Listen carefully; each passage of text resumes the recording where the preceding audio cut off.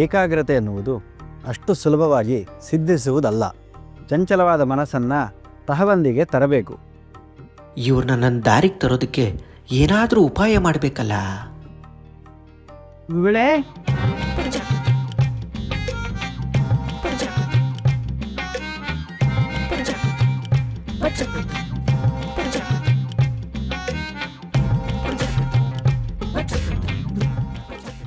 ಇದೇನಿದು? ಯಾಕೆ ಎಲ್ಲರೂ ಈ ರೀತಿ ಮಾಡ್ತಾ ಇದ್ದೀರಿ? ಗುರುಗಳೇ, ಇವರೆಲ್ಲ ಯಾಕೆ ನಮಸ್ಕಾರ ಮಾಡಿದ್ರೋ ಅದು ನನಗೆ ಗೊತ್ತಿಲ್ಲ. ಆದರೆ ನನಗೆ ಮಾತ್ರ ನಿಮ್ಮನ್ನಿವತ್ತು ನೋಡಿದ್ಮೇಲೆ ನನಗೆ ಬೇರೆನೇ ಅನುಭವ ಆಗ್ತಾ ಇದೆ. ಏನಾಯಿತು ಭೋಗೇಂದ್ರ? ಇವತ್ತು ನಿಮ್ಮ ಪಾಠ ಕೇಳ್ತಿದ್ರೆ ದೇವಲೋಕದಿಂದ ಬರ್ತಿರೋ ಅಮೃತ ವಾಣಿ ಥರ ಕೇಳಿಸ್ತಿದೆ. ನಿಮ್ಮ ಆಧ್ಯಾತ್ಮ ಅನನ್ಯವಾದದ್ದು, ಆಲೋಚನಾ ಶಕ್ತಿ ಅಸಾಮಾನ್ಯವಾದದ್ದು ಗುರುಗಳೇ. ನನ್ನ ಮಾತನ್ನ ಉತ್ಪ್ರೇಕ್ಷೆ ಅಂತ ತಿಳಿಬೇಡಿ. ನಿಮ್ಮ ಜಾಗದಲ್ಲಿ ನನಗೆ ದೇವಗುರು ಬೃಹಸ್ಪತಾಚಾರ್ಯರೇ ಕಂಡ್ರು. ನೀವೇ ಹೇಳಿ, ದೇವಗುರುವನ್ನು ಕಂಡ್ರೆ ನಮಸ್ಕಾರ ಮಾಡಲೇಬೇಕಲ್ವೇ? ಆದರೆ ನನಗಿದು ಸತ್ಯನೋ ಭ್ರಮೆನೋ ಅರ್ಥನೇ ಆಗ್ತಾ ಇಲ್ಲ. ನಿಮಗೆ ನಮಸ್ಕಾರ ಮಾಡಬೇಕು ಅನ್ನಿಸ್ತು, ಮಾಡಿಬಿಟ್ಟೆ ಗುರುಗಳೇ. ಅದು ಸರಿ, ಆದರೆ ಇವರೆಲ್ಲ ಯಾಕೆ ಹೀಗೆ ಮಾಡಿದರು? ನಮಗೂ ಅದೇ ಅನುಭವ ಆಯಿತು ಗುರುಗಳೇ. ನಿಮ್ಮ ಪಾಠ ಕೇಳ್ತಾ ಇದ್ರೆ ನೀವೇ ಗುರುಪೀಠದ ಮೇಲೆ ಕುಳಿತಾಗಾಯಿತು. ಸುಧೇಂದ್ರ ಗುರುಗಳ ನಂತರ ನೀವೇ ಪೀಠ ಸ್ವೀಕರಿಸಿದ ಹಾಗೆ ಭಾಸ ಆಯಿತು. ಸಾಕ್ಷಾತ್ ದೇವಲೋಕವೇ ಮಠಕ್ಕೆ ಇಳಿದು ಬಂದ ಹಾಗಾಯಿತು. ಸಾಕು, ಈ ಹುಚ್ಚಾಟ ಎಲ್ಲ ಬೇಡ. ಪಾಠದ ಕಡೆ ಗಮನ ಇರಲಿ. ಈಗ ಹೇಳಿ, ವೆಂಕಟೇಶೋ ವಾಸುದೇವೋ ವೆಂಕಟೇಶೋ ವಾಸುದೇವೋ.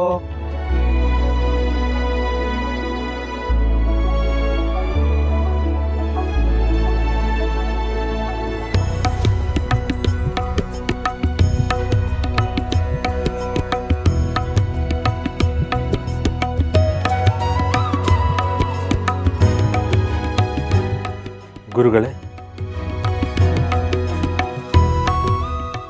ನಿಮ್ಮ ಮುಖದಲ್ಲಿ ಏನೋ ಒಂದು ರೀತಿ ಮಂದಹಾಸ ಕಾಣಿಸ್ತಾ ಇದೆ. ನೀವು ಯಾವುದೋ ಗಹನವಾದ ವಿಚಾರನ ಮೆಲುಕು ಹಾಕ್ತಿದ್ರಿ ಅಂತ ಕಾಣಿಸುತ್ತೆ. ಇದು ಮೆಲುಕು ಹಾಕೋ ವಿಷಯ ಅಲ್ಲ ಸುಧೀಂದ್ರರೇ, ನಮಗೆ ತಳುಕು ಹಾಕ್ಕೊಂಡಿರೋ ವಿಷಯ. ನಮಗೆ ತಳುಕು ಹಾಕ್ಕೊಂಡಿದ್ದೀಯೆ? ಮಠದ ಅದೃಷ್ಟವನ್ನು ಹೇಗೆ ಹೇಳಲಿ, ಹೇಗೆ ವರ್ಣಿಸಲಿ? ಈ ಮಠಕ್ಕೆ ಒಬ್ಬ ಮಹಾಪುರುಷರ ಆಗಮನ ಆಗಿದೆ. ಅದು ನಮ್ಮ ಅರಿವಿಗೆ ಬರಲೇ ಇಲ್ಲ. ನಮ್ಮ ಗಮನಕ್ಕೆ ಬಾರದೆ ಮಹಾಪುರುಷರ ಆಗಮನವೇ? ಅದು ಹೇಗೆ ಸಾಧ್ಯ? ಅಂತಹ ಪುಣ್ಯಾತ್ಮ ಯಾರು ಗುರುಗಳೇ? ಅವ್ರು ಯಾರು ಇರ್ಬೋದು ಅಂತ ನೀವೇ ಊಹೆ ಮಾಡಿ ನೋಡಿ. ಕಷ್ಟ ಆಗ್ತಾ ಇದೆ ಗುರುಗಳೇ. ನಮ್ಮ ಮಠಕ್ಕೆ ಬೃಹಸ್ಪತಾಚಾರ್ಯರ ಆಗಮನ ಆಗಿದೆ. ಬೃಹಸ್ಪತಾಚಾರ್ಯರೇ? ಹೌದು, ನೀವು ಅವರನ್ನು ಸರಿಯಾಗಿ ಗಮನಿಸಲಿಲ್ಲ. ಅವರನ್ನು ಕರೆದು ಗೌರವಿಸಿ ಮಧುಪರ್ಕವನ್ನು ಕೊಡಬೇಕಾಗಿತ್ತು. ಅದು ತಪ್ಪಲ್ಲವೇ? ಗುರುಗಳೇ, ನಿಮ್ಮ ಮಾತು ನನಗೊಂದು ಕಡೆ ಭಯ, ಮತ್ತೊಂದು ಕಡೆ ಸೋಜಿಗವನ್ನು ಉಂಟು ಮಾಡ್ತಾ ಇದೆ. ಇದು ಸೋಜಿಗದ ವಿಷಯವೇ. ಹಿಂದೆ ಯಾವತ್ತೂ ನಡೆದಿಲ್ಲ, ಮುಂದೆ ನಡೆಯೋದೂ ಇಲ್ಲ. ಈ ಮಠಕ್ಕೆ ಮಹಾಪುರುಷರಾದ ವ್ಯಾಸರು, ದತ್ತರು ಎಲ್ಲರೂ ಆಗಮಿಸಿದ್ದಾರೆ. ಅವರ ಆಗಮನದಿಂದ ನಮ್ಮ ಮಠ ಪಾವನ ಆಯಿತು. ಗುರುಗಳೇ, ನೀವೇನು ಹೇಳ್ತಿದ್ದೀರಿ? ನನಗೀಗ ತುಂಬ ಗೊಂದಲವಾಗ್ತಾ ಇದೆ. ದಯವಿಟ್ಟು ನನ್ನ ಗೊಂದಲವನ್ನು ಪರಿಹರಿಸಿ. ನನ್ನ ಮಾತು ನಿಮಗೆ ಗೊಂದಲ ಉಂಟು ಮಾಡಿರ್ಬೋದು. ನಿಮ್ಮ ಪೂರ್ವಾಶ್ರಮದ ಅಳಿಯಂದರನ್ನ ಕರೆಸಿ, ಆಗ ನಿಮಗೆ ಎಲ್ಲವೂ ಸ್ಪಷ್ಟ ಆಗತ್ತೆ. ನಮ್ಮ ಪೂರ್ವಾಶ್ರಮದ ಅಳಿಯಂದ್ರೆ? ಅವರು ನೀವು ಹೇಳ್ದೆ ಹೇಳಿದ್ರು, ಮಗ ಕಾವೇರಿ ಪಟ್ಟಣಕ್ಕೆ ಹೋಗ್ಲಿ ಬಿಡು ಅಂತ ಹೇಳಿದ್ರು. ಇಷ್ಟೊಂದು ವ್ಯಾಮೋಹ ಯಾಕೆ ಅಂತ ನನ್ನೇ ಕೇಳಿದ್ರು.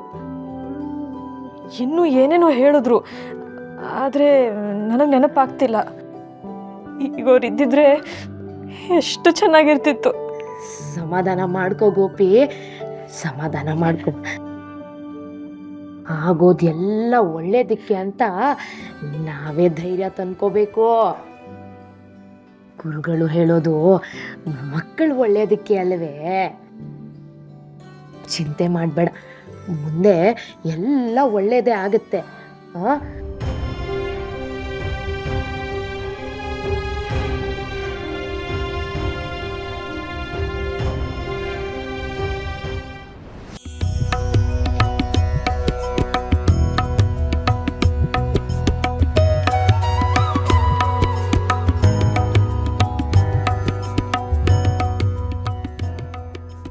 ಏನದು ಶಬ್ದ?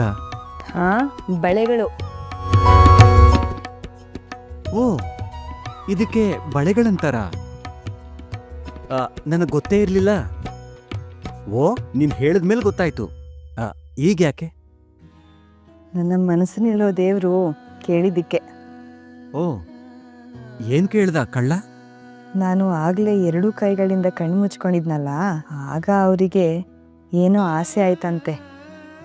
ಅದನ್ನ ನನ್ನ ಮನ್ಸಿಗೆ ಹೇಳಿದ್ರು. ಅವ್ರ ಆಸೆ ತೀರ್ಸೋದು ನನ್ನ ಕರ್ತವ್ಯ ಅಲ್ವೇ? ಓ, ಬರೀ ಕರ್ತವ್ಯ ಆದ್ರೆ ಆ ಕಳ್ಳನಿಗಿದ್ ಬೇಡ. ಇಲ್ಲ ಇಲ್ಲ, ಅವರನ್ನ ತೃಪ್ತಿಪಡಿಸೋದ್ರಲ್ಲಿ ನನ್ನ ಆನಂದನೂ ಇದೆ. ಸರಿ, ಆದ್ರೆ ಈ ಕೈ ಚಾಚಿರೋದು ಏನು ಅಂತ ಗೊತ್ತಿಲ್ವಾ? ಹ್ಮ್ ಅವರು ನನ್ನ ಬಳೆ ತೊಟ್ಟ ಕೈಗಳನ್ನು ನೋಡಿ, ಅದೇನು ಅಂತ ಪೂರ್ತಿ ಹೇಳು. ಇಲ್ದೇ ಹೋದ್ರೆ ನಿನ್ನ ಮನದಾಳದ ಕಳ್ಳನಿಗೆ ಅರ್ಥ ಆಗಲ್ಲ. ಅದು ಬಳೆ ತೊಟ್ಟ ಕೈಗಳನ್ನ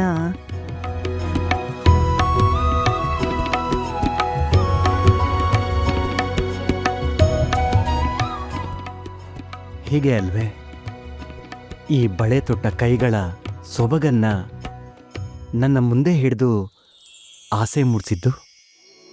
ಸರಸ್ವತಿ, ನೀನು ತುಂಬ ಸೊಗಸುಗಾತಿ, ಮೌನದಲ್ಲೇ ಮಾತನಾಡೋ ಚತುರೆ, ಬಾಯಲ್ಲಿ ಹೇಳಲಾಗದ್ದನ್ನ ಭಾವದಲ್ಲಿ ಹೇಳಿ ನನ್ನೊಳಗಿರೋ ಆಸೆನ ಅರಳಿಸ್ತಾ ಇದೆಯಾ? ನನ್ನ ದೇವರಿಗೆ ಆಸೆ ಆಗಿದ್ದಿದ್ದು ಇದೇ ಅಲ್ವೇ? ಅವ್ರ ಆಸೆಯನ್ನ ಸ್ವಲ್ಪ ತಡವಾಗಿ ತೀರಿಸಿದ್ದೀನಿ. ಆಸೆಯನ್ನ ತೀರಿಲ್ಲ ಸರಸ್ವತಿ, ಈಗ ಆರಂಭ ಆಗಿದೆ. ನಿನ್ನ ನೋಟ, ನಿನ್ನ ಸ್ಪರ್ಶ, ನಿನ್ನ ಮೆಲುನುಡಿಗಳ ಜ್ವಾಲೆಗೆ ನನ್ನ ಮನಸ್ಸು ಕಾದ ಕೆಂಡ ಆಗಿದೆ. ಹಾಗೆಲ್ಲ ಏನೂ ಇಲ್ಲ. ನನ್ನ ಹೃದಯೇಶ್ವರ ತಣ್ಣನೆಯ ಮೂರ್ತಿ.